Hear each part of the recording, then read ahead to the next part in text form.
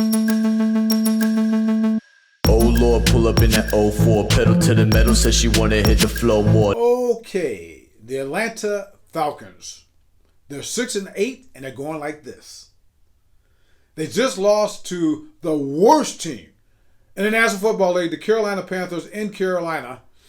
And get this, not one, not two, not three. This is the fourth time they lost to a team that is currently in last place in this division.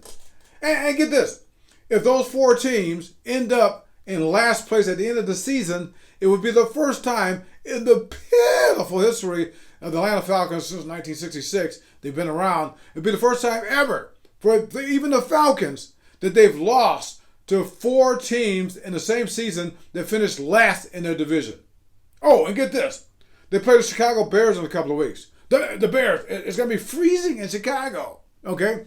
If they lose in Chicago to the Bears, who are in last place in their division, that would be five teams that will have lost to this year that are in last place in their division. And if they do that, if those five teams all finish in last place at the end of the season, wait for it, it will be the first time in the history of the National Football League that a team lost to five teams that finished last in their respective division. Let that sink in. Oh, the quarterback situation for the Falcons, it's a mess. It's a hot mess, okay? The defense, they spent $135 million during the offseason for this defense, okay? In the last 2 weeks, that defense, 2 weeks ago, they turned Baker Mayfield into Tom Brady. And then on Sunday, against pitiful Carolina, the Panthers, they came into that game with the third worst offense in the National Football League, yet those Panthers drove, they had only won one game, by the way, the Panthers going that game. They drove 90 yards downfield at the end of the game in a driving rainstorm against the Falcons for the game-winning kick.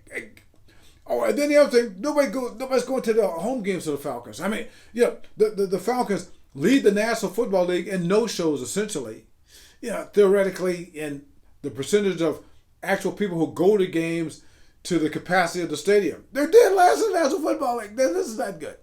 All right, so they've got to win 2 of their last 3 games to keep from their 6th consecutive losing season and their 3rd straight under this regime of Terry Fontenot as the general manager and Arthur Smith as the head coach.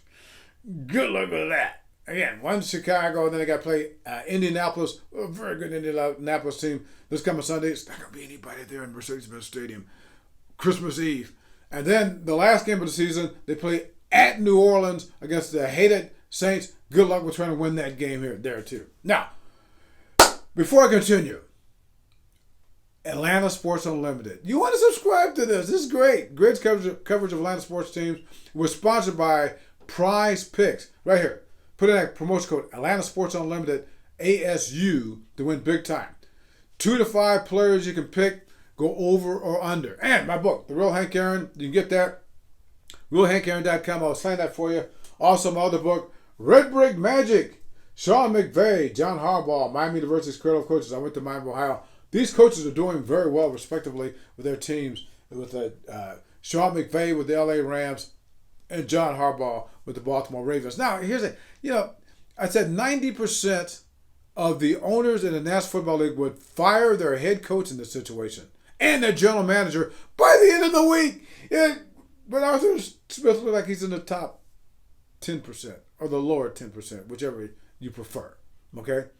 And in the immortal words, well, I'm going to get to that in a minute, but let me mention this to you.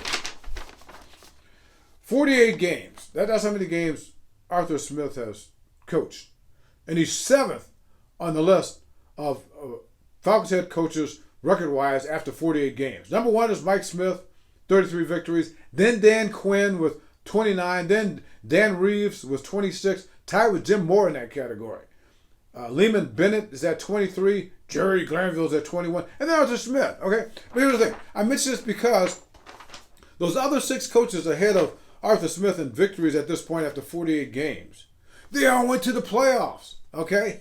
Yeah, not only that, Mike Smith, Dan Quinn, Dan Reeves, and Jim Moore, 4 of those top 6 ahead of him, they all took them to at least the NFC Championship game. And in the case of Dan Quinn and Dan Reeves, they went to the Super Bowl. But you know what they all had in common? Those 6 guys ahead of Arthur Smith after 48 games and career victories, they were all fired by the Falcons in spite of what they did before.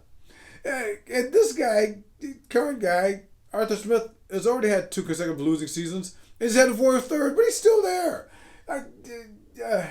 Anyway, let me go back to what I was saying before. I just hope that people in the Falcons organization can swim very well. Because in the immortal words of Michael Ray Richardson, or maybe it's in the immortal words of Mike Smith or Dan Quinn or Dan Reeves or Jim Moore or Lehman Bennett or Jerry Glenville, or going the other way from the pitiful past of the Falcons, June Jones, Norm Van Brocklin, Dan Henning, Norb Hecker, Marion Campbell, twice. He was the coach here twice.